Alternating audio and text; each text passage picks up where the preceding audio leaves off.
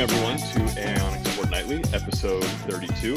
Happy to have you all here and really excited for today's conversation around machine learning and its intersection with solid state battery design. And very happy that we have one of our own, senior materials informatics scientist, Dr. Shreyas Honrao from Aionics is here to talk about that with us. So first of all, Shreyas, welcome to Aionics Fortnightly. Thanks. I'm excited to be here. I'm excited you're here too.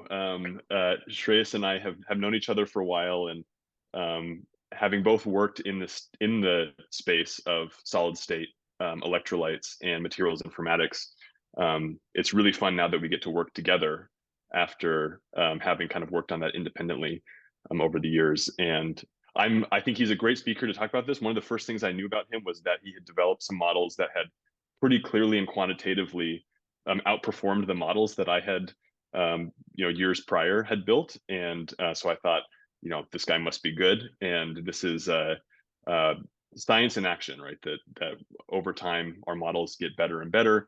We learn and get better at predictions. And it's really cool to see that. So very excited that he's here. I will give him, I'll give his bio very quickly, and then we'll hand the floor over to him to talk through his work. So Shreyas, as I mentioned, is Senior Materials Informatics Scientist at Aionics.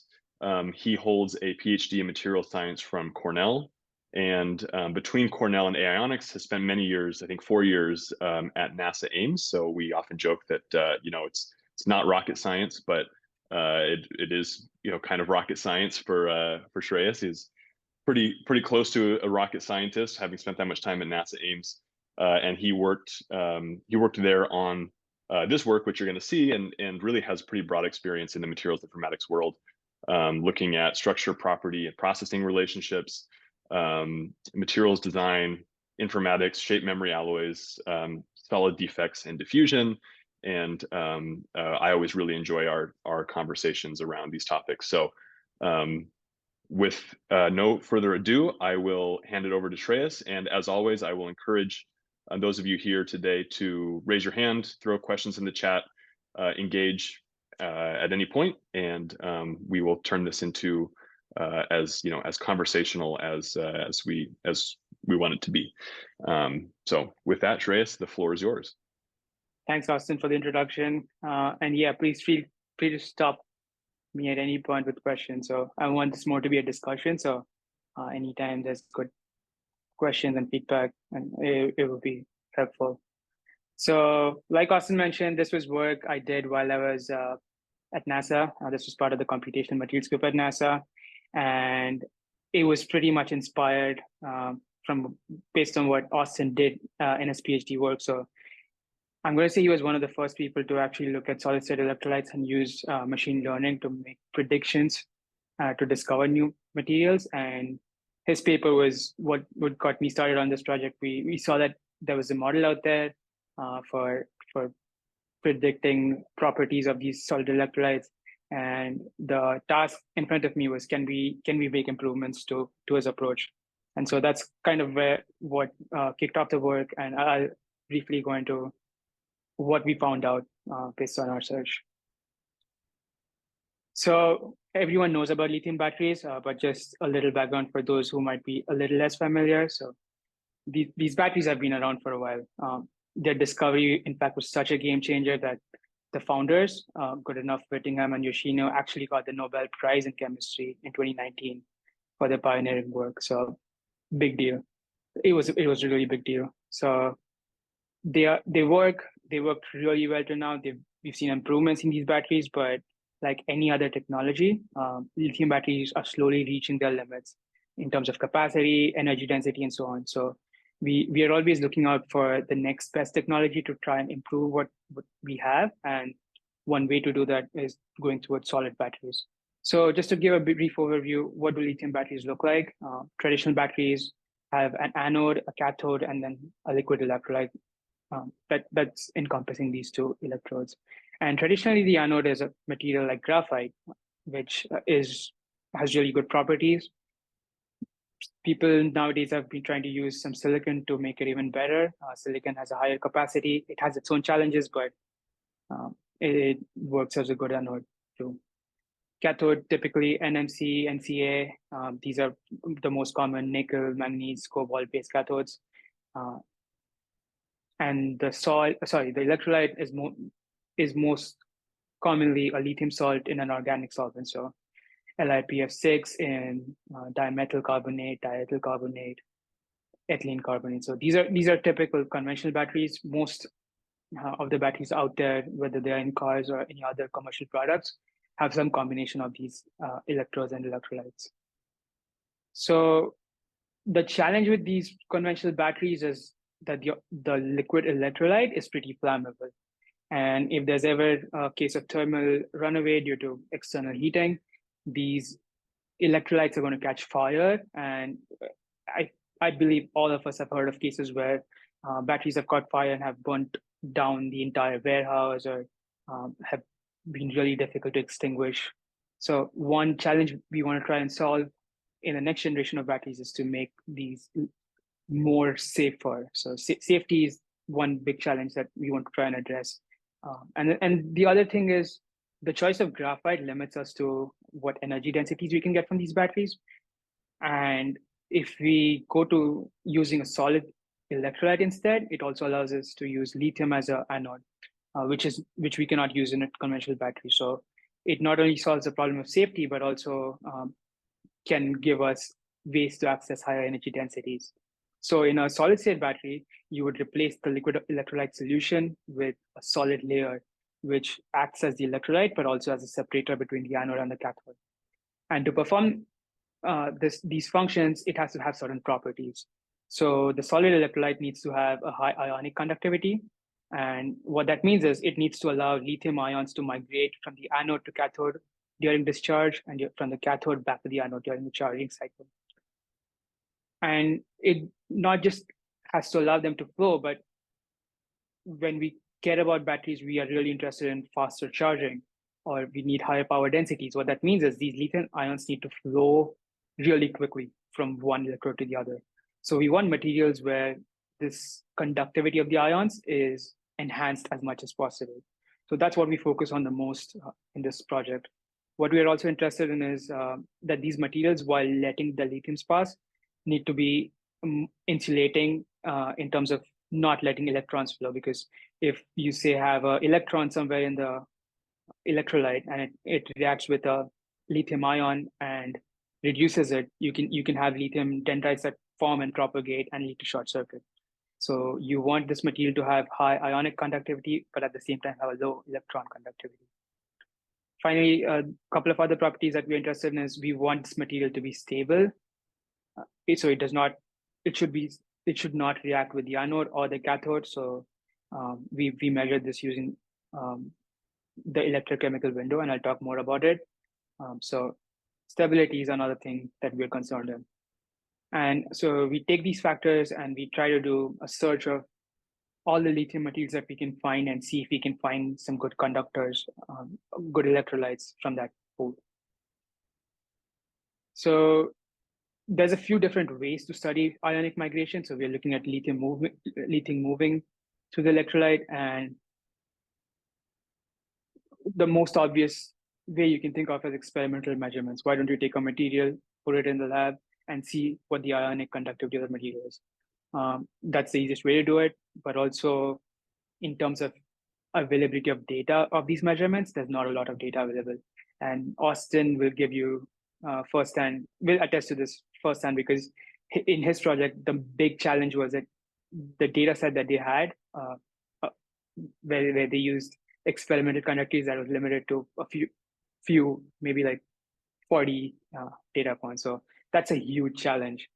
And one way to circumvent that is maybe doing some computation. So we can go to DFT, we can go to AIMD to generate our own data about these barriers, about these conductivities.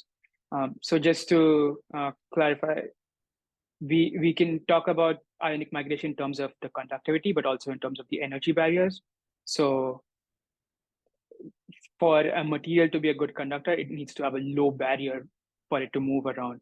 So low barrier correlates to high conductivity and vice versa. So I'm going to use these terms interchangeably.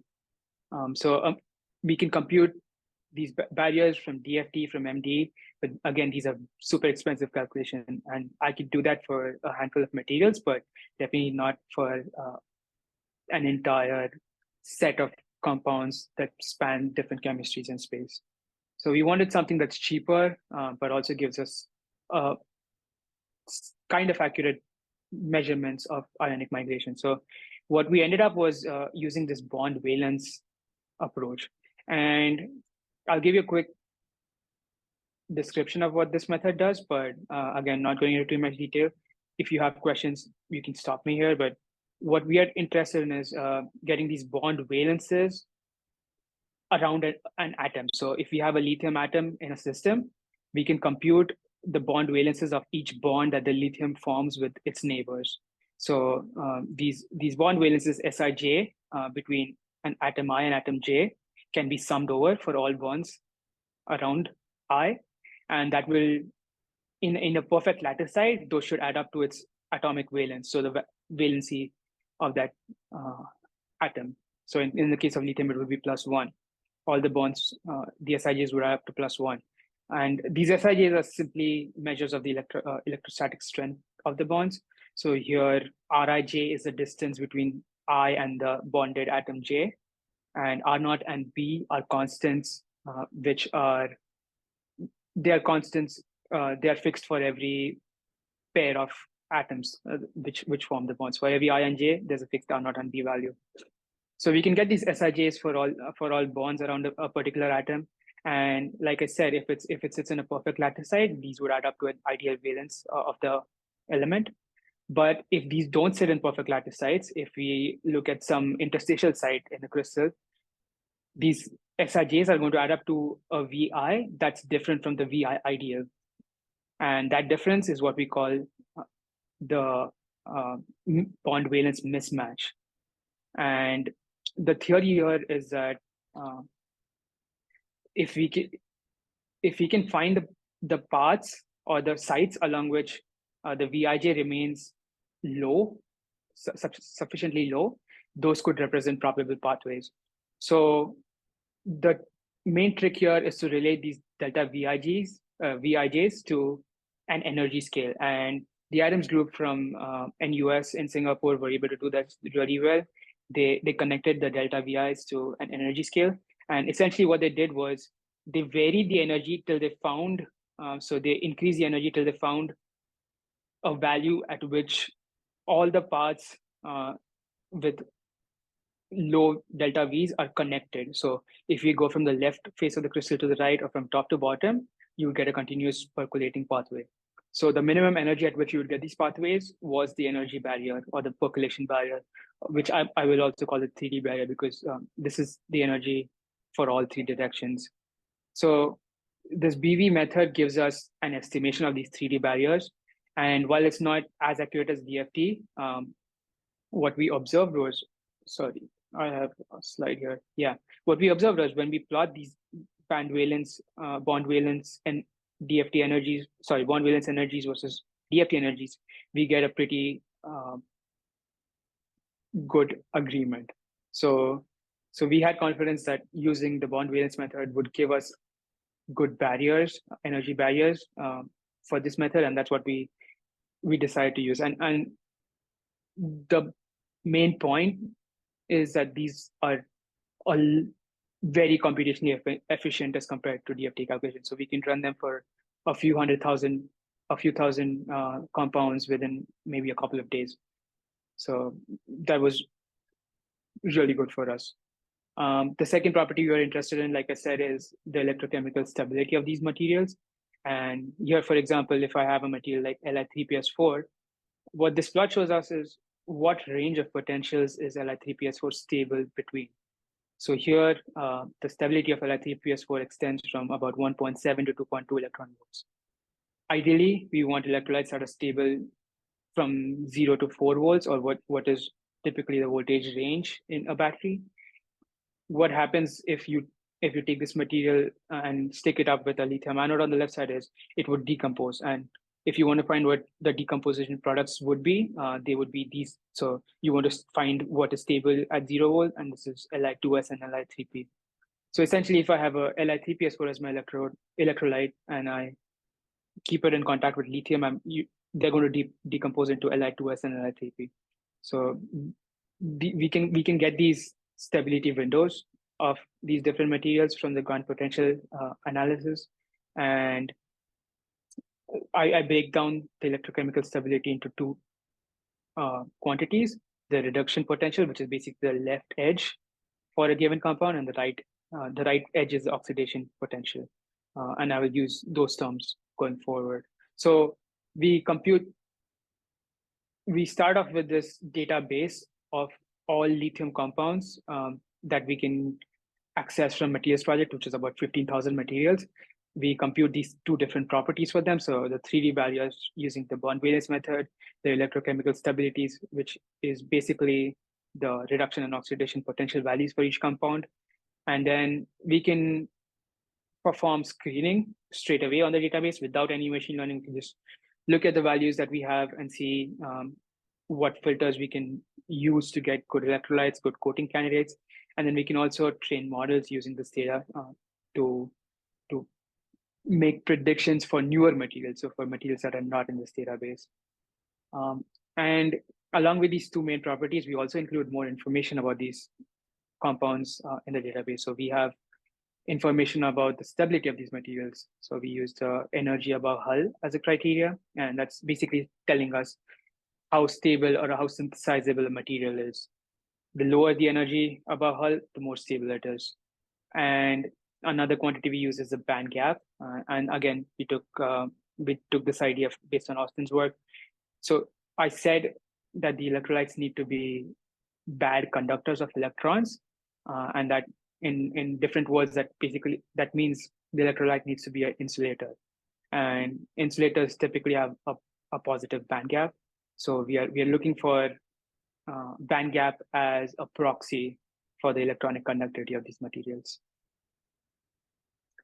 Going to the results, a quick screening or filtering of the database we have can already identify some good candidates for us. So here I'm plotting on the x-axis the reduction potential, which is the left edge of the stability window that I showed you.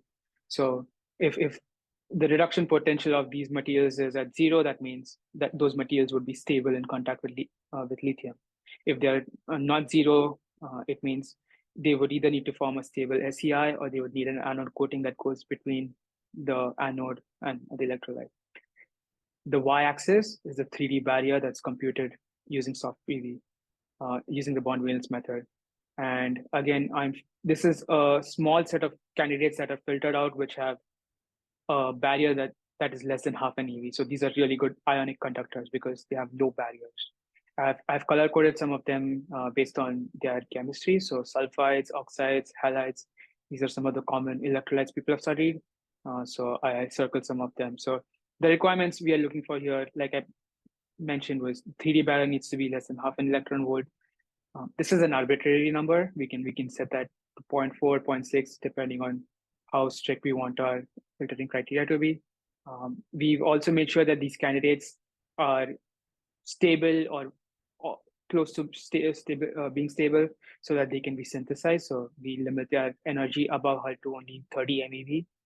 And then we ensure that they have a band gap that's more than an EV. So they're really good insulators. And we identify some really well-known candidates just right out of the gate. So Li7P3S11 or LPS is a very well-known conductor, and we see that it shows up in our screening. We have so we all know about LGPS, and while we don't see LGPS, we see its silicon variant. The reason LGPS doesn't show up is its energy above hull is slightly above this cutoff of 30 MeV in our case. So if we expand it, we would have seen it, but now we see another member of its family in here. We see LLZO right here. LLZO has a barrier that's less than half an EV, but it's also close to being stable against lithium, so which is really good. We know that about oxide, that oxides have good stability. We see argyrodite, so this is an Li6PS5i. This is the iodide, which pops up in our screening search. The chlorides and bromides are also known to be good conductors. In our case, the predicted barrier was slightly above half an EV. I think it was 0.54 or 0.55. So they would be slightly here, just above the 0.5 cutoff, if you were to plot them. This is a Nasicon type structure, lithium titanium phosphate, which shows up. So a lot of known conductors, ion conductors show up, but then we also see some new candidates which are interesting. So a couple of these that we focus on later on in this work is Li9S3N. So this is a material that seems to have a very low 3D barrier, less than 0.2 EV, but it's also stable with lithium. So it would form a stable surface when it's in contact with the lithium anode. Similarly, this strontium lithium boron nitride seems like it would be promising to low barrier and stable with lithium. There's a lithium yttria, which is one of those candidates. This has a rare earth metal, so we don't know how feasible this is, but it could still be interesting to study. All right, so we can do screening and we can already identify some good candidates, but we go a step further and we train a machine learning model based on this data set of 15,000 materials and making it predict what the 3D barrier could be. And the way we do this is by handcrafting the features for our model. And there's a couple of reasons we do this. So we want to limit the number of features in our model so that we get interpretability out of that. So each of these features that I have, so this is an assorted set of features. This has been accumulated based on previous work people have done. And you can see Austin's paper is right on top here because we use a lot of the features that he developed in his work. They were super helpful, super useful in predicting the barrier. So a lot of his features pop up here. But then we also use some other features people have developed previously, maybe not for this particular prediction task, but which encode some of the structural information. And then in addition, we add some of our own features. So quickly going through this list, so the features that show up here are things like the lithium atomic fraction. So how many of the atoms in the structure are lithium versus how many of them are different ones. We have things like the lithium neighbor count. So for every atom, how many neighbors does it have? How many of these neighbors are lithiums? What are the distances between these different neighbors? What are the electronegativity of the different atoms? Then there's things like sublattice packing fraction. This is one of Austin's feature, which works really well. So it's essentially looking at the non-lithium atoms in the structure, and it's computing how tightly those are packed. So the packing fraction is essentially the volume occupied by these atoms divided by the total volume of the unit cell.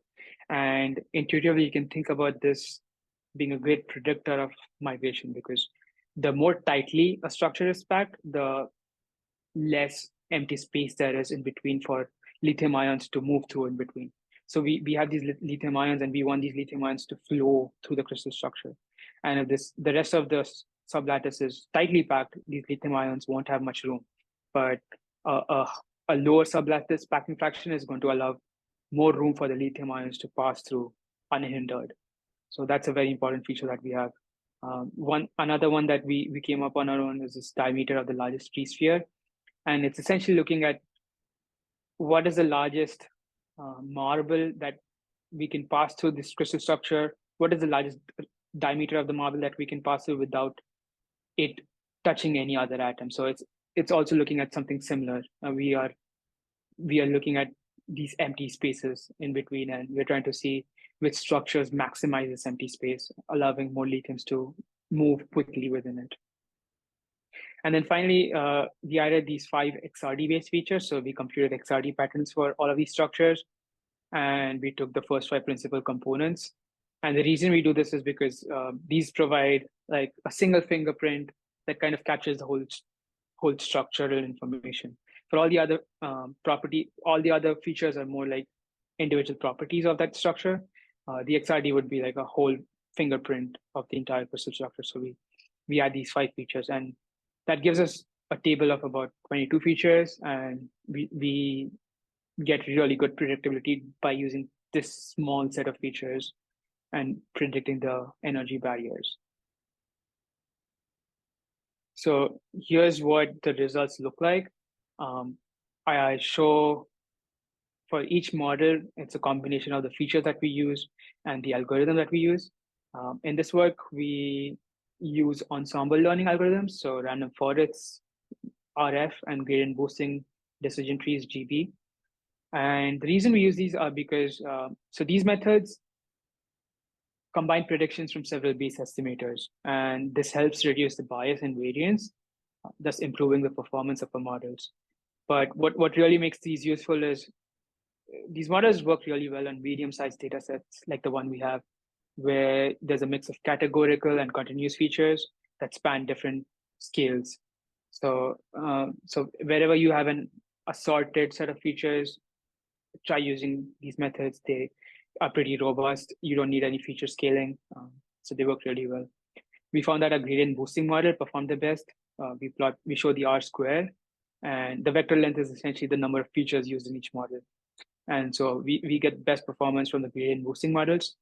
And we also show how it compares to other features that people have tried out. So this is Austin's model, and even using the 20 features he developed shows great performance. So the R square is on par with what we have. So it's 0.76 with this 20 features. So basically, they had a really good model when they were trying to screen for these materials. And we look at some fingerprints that people have tried out for these materials, so powder XRD patterns, Coulomb matrices.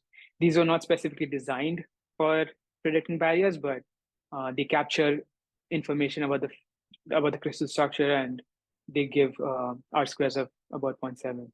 So yeah, so our features work decently well, and if you see the plot on the right, there's really good agreement between the calculated barrier from the BV method and the predicted barrier.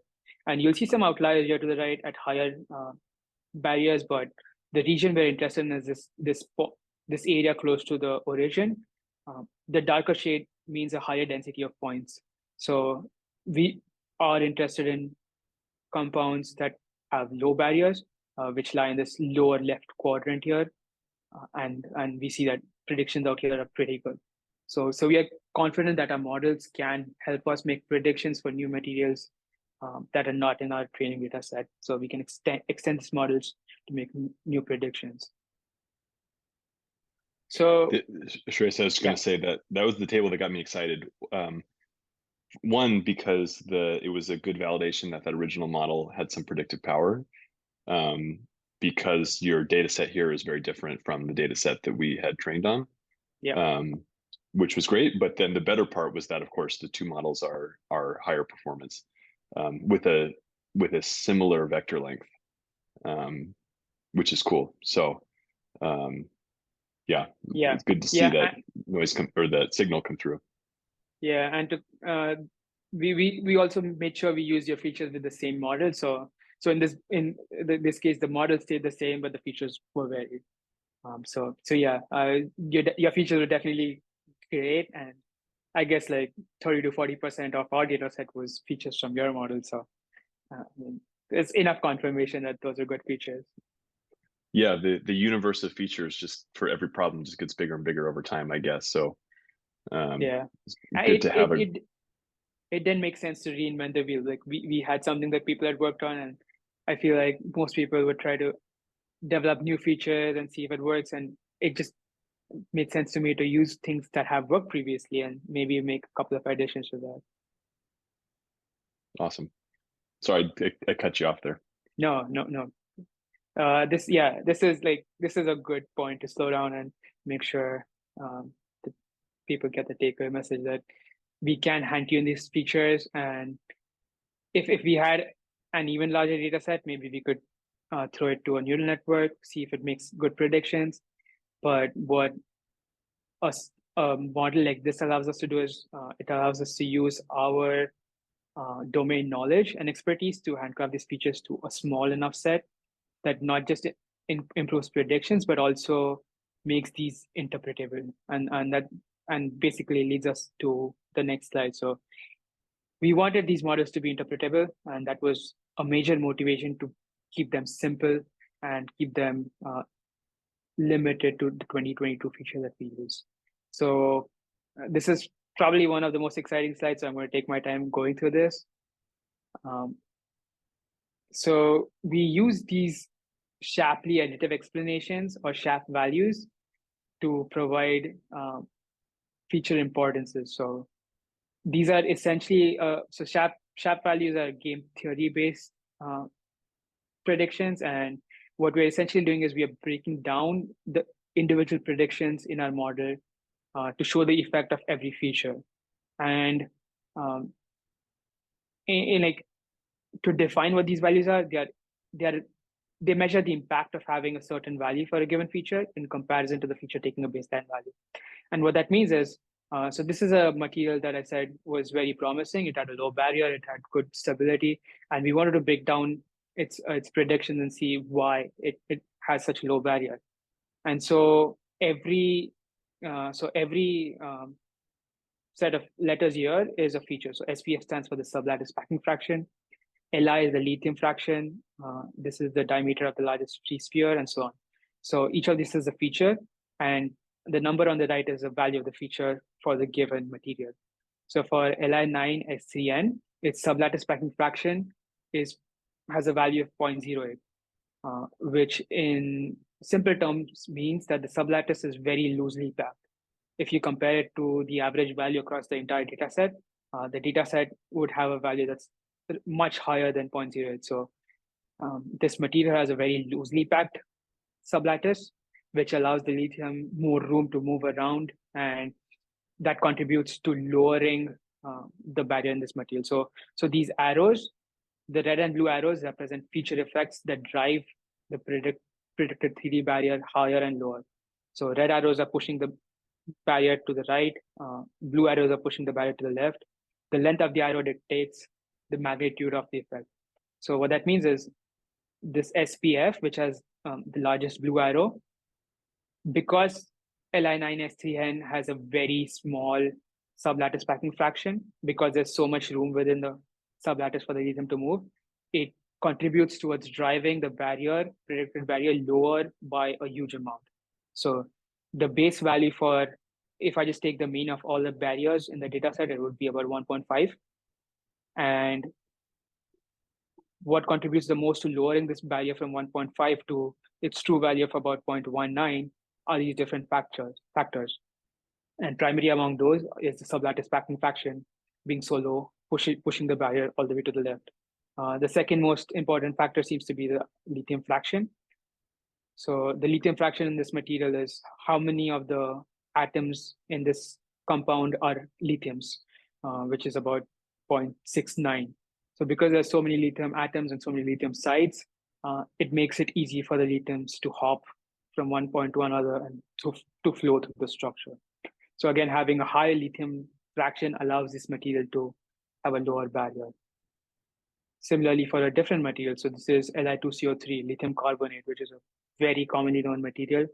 You wouldn't expect it to be a good electrolyte candidate, but it in fact does have a low barrier, and this has been studied using DFT as well. The challenge is introducing defects in this material, so we need to give it enough formation energy. The defects have a high formation energy, so if you can get defects in this material, this could be a good conducting electrolyte. But again, Li2CO3 also has a low sublattice packing fraction. So the sublattice, which is all atoms excluding lithium, are loosely packed, which allows lithium more space to move around. It has a decent amount of lithiums in there, so enough number of sites for lithiums to hop from one to the other. And ENS stands for electronegativity of the sublattice. So because there's so many oxygens here, this ENS averaged out over all these atoms is lower than most materials. And again, that contributes to lowering the barrier in this material. One feature that is common to both of these is the diameter of the largest free sphere. And like I told you, this was essentially the way you think about this is if you have a crystal structure and you have a marble and you try to pass it straight from the left edge to the right edge, what is the biggest marble that we can have that will go through without being hindered by another atom? And the bigger the marble is, the more space you have within the crystal. So this diameter of the largest sphere is in both cases is way above the mean for most materials.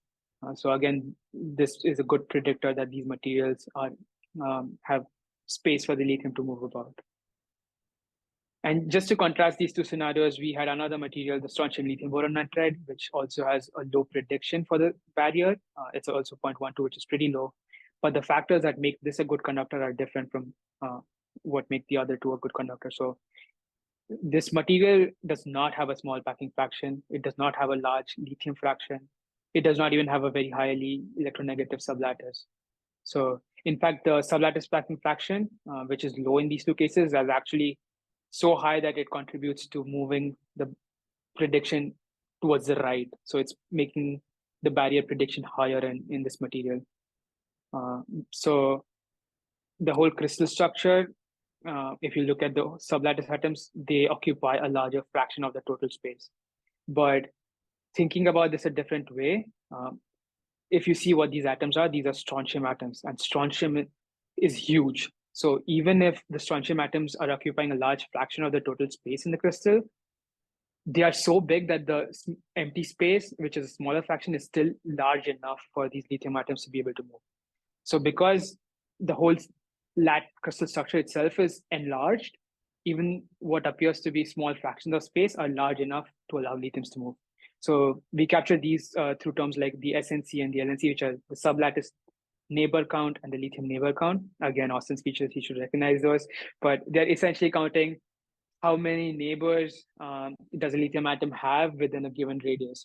And these values of 18 and 20, these are lower than average. So the model sees that I have fewer sublattice neighbors and I have fewer lithium neighbors, which basically means that even though they're packed, they occupy a larger fraction of the crystal structure. The crystal structure itself is so large that I don't see a lot of them close to me, and so these kind of contribute to lowering the energy barrier in this material. There's also other factors. This is the ordering parameter, so it sees how the local structure in this material is, and this is the neighbor distance variation. So this is kind of looking at the symmetry of the various sites in this crystal structure. So another thing that contributes to good conduction is if there's these neighbors which are not completely sitting on symmetric positions. Won't go into too much detail, but yeah, these different arrows and the lens will tell us more information about what contributes to making a material a good or a bad conductor. So this was really exciting for us. So we could make predictions and then we can break them down and see what makes a good conductor, what doesn't make a good conductor. And so that was kind of why we wanted our models to be simple and why we wanted to use interpretable features. And I think we achieved that in our work. I'm going to skip the next couple of slides. Essentially, the same way we trained a model for the 3D barriers, we were also able to train models for the electrochemical stability. So we used the same type of featureization, and we use the same kind of models, and we also got feature importances from there.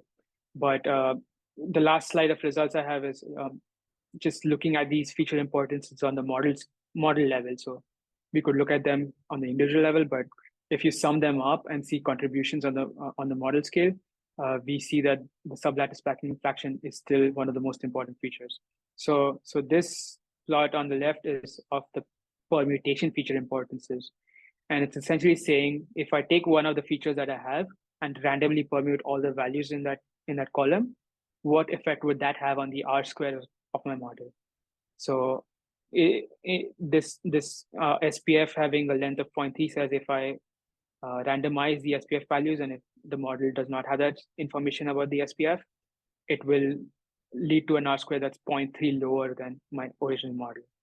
And same thing we can do with the other features. So the features on top are the ones that have the most effect on getting a good model prediction. So sublattice packing fraction intuitively tells us we want these to be loosely packed. The lithium fraction is amount of sites, and DLFS, like I told you, was the diameter of the largest geosphere. It also makes sense. It would be a good predictor.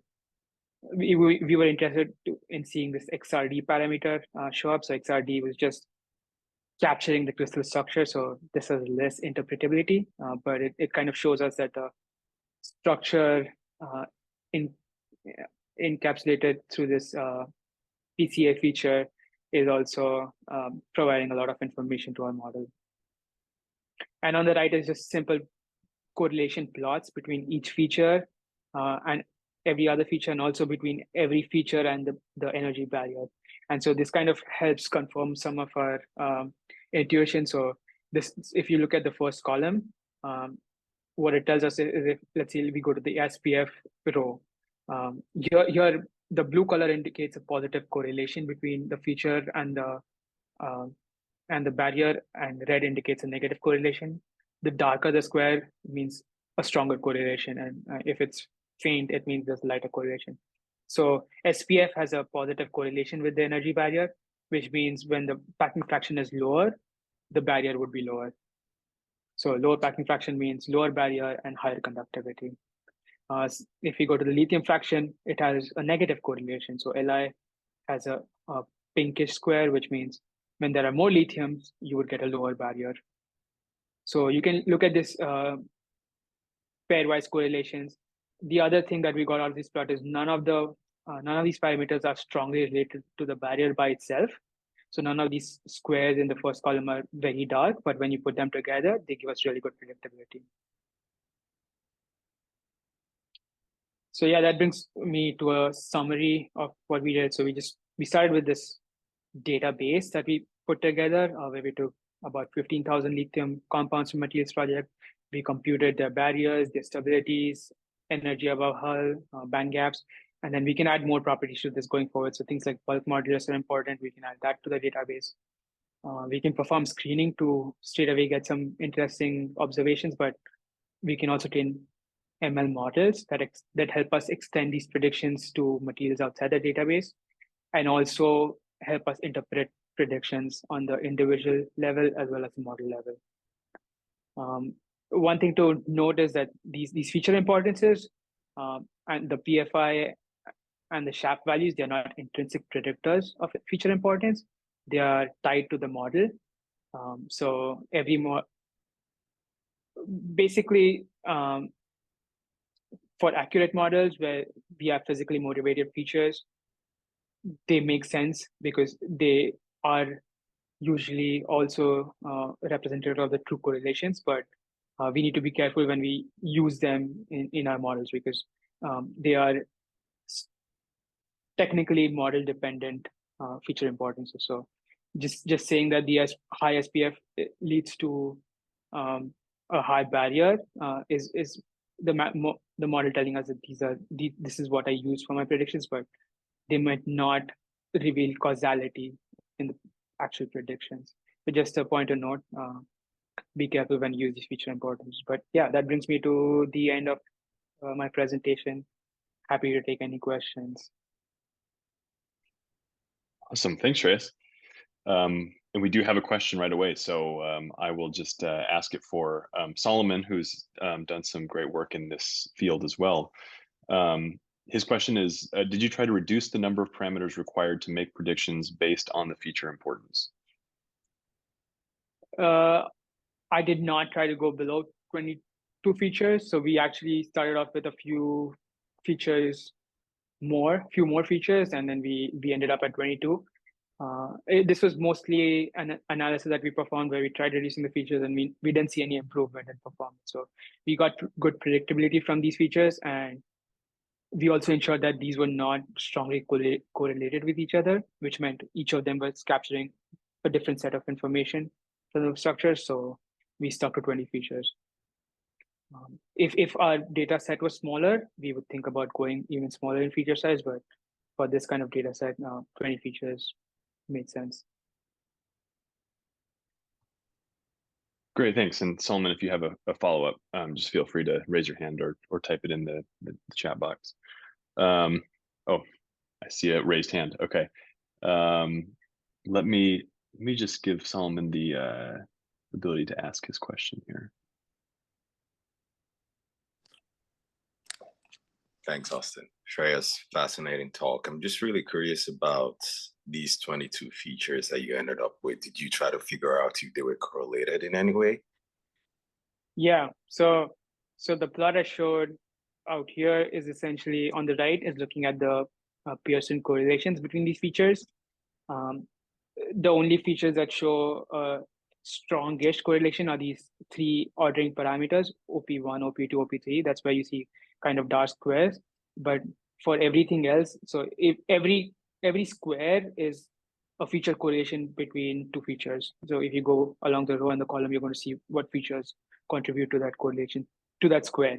And if you look and get an overview of this whole figure, you see that most correlations, most squares are faint. Then the only dark squares you see are along this diagonal, which is basically correlating a feature with itself. So that kind of tells us that most of these features are independent in terms of they're not strongly correlated with each other or with the energy battery. Thank you. I see Stephanie has a question, so I can read that out and try to answer it. So she says, Shreyas said you want the electrolyte to be an insulator. Can you explain why this is the case, and is this only the case for solid state? So yeah, really good question. So we want the electrolyte to be an electronic insulator because we don't want electrons flowing across it. And one of the cases I said this was important was because let's say we have lithium ions traveling through a material, and if it encounters an electron, it's likely to get reduced. So Li plus will get reduced to form a lithium, and this can cause dendrites to the structure. So if you have a dendrite that's growing, you can have another lithium just sitting on top of, like, getting deposited on top of it, and you can have these lithium dendrites propagating from the anode to the cathode, leading to a short circuit. So electrically insulating is a requirement to make sure that the electrons are not present in the electrolyte. Free electrons are not present in the electrolyte. And I don't think so. The reason this is a requirement for a solid electrolyte is because the electrolyte not only acts as the electrolyte but also as a separator. So because it acts as a separator, you want it to separate the anode from the cathode electronically. With respect to liquid electrolytes, you have separators that are in addition to the organic solvents in there. So you want your separators to be insulators in that case.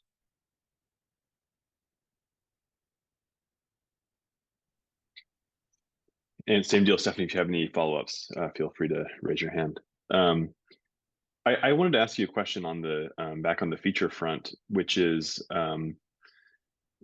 there's a lot of ways to improve a machine learning model. And well, maybe I shouldn't say there's a lot of ways. There's a couple ways actually.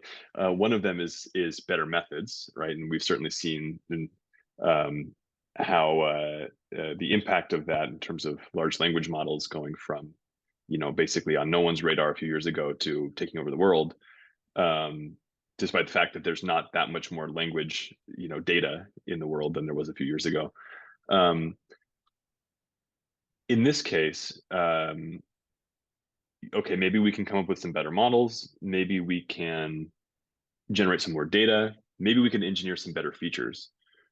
What do you see as the best route for the community to improve machine learning models for solid state prediction? And I guess maybe a related question is if there's an academic researcher or an industry researcher out there who really wants to contribute to this, what do you think is the highest return on investment approach to accelerate development further in this field? Yeah, really good question. So the way I would think about this is when I started my work, I looked at your model and I tried to answer the same questions, like, how can I make this better? And I quickly saw a couple of areas. So data set, you use a relatively small data set and you still got good predictability.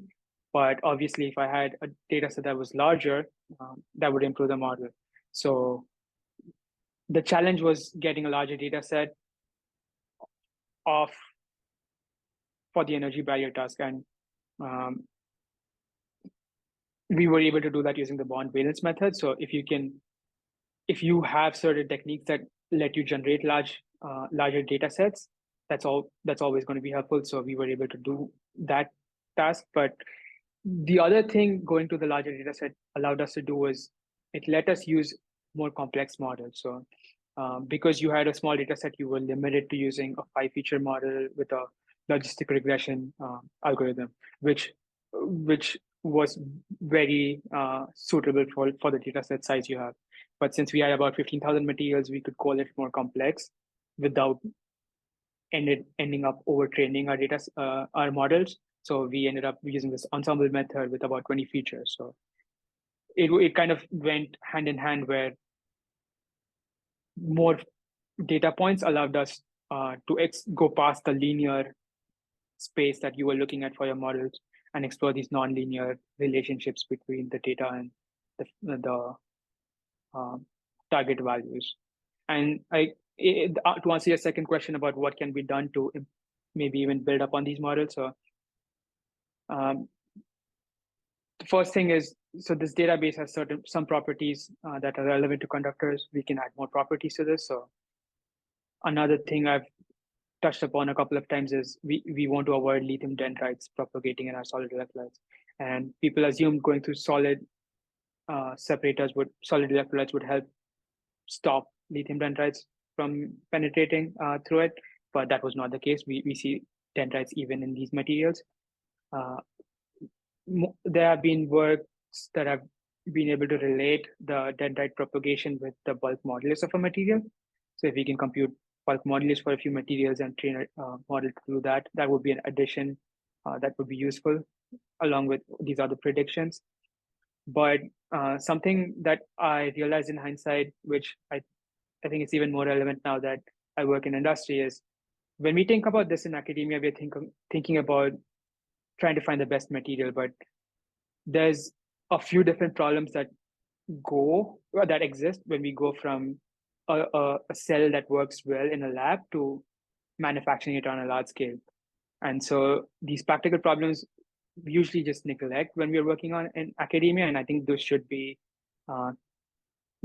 considered. So for example, this is a very fine story. Everyone knows LGPS is a great solid electrolyte. It has a high ionic conductivity, but very few people know that the annual production of germanium, like all over the world, is probably around 2 truckloads. That's it.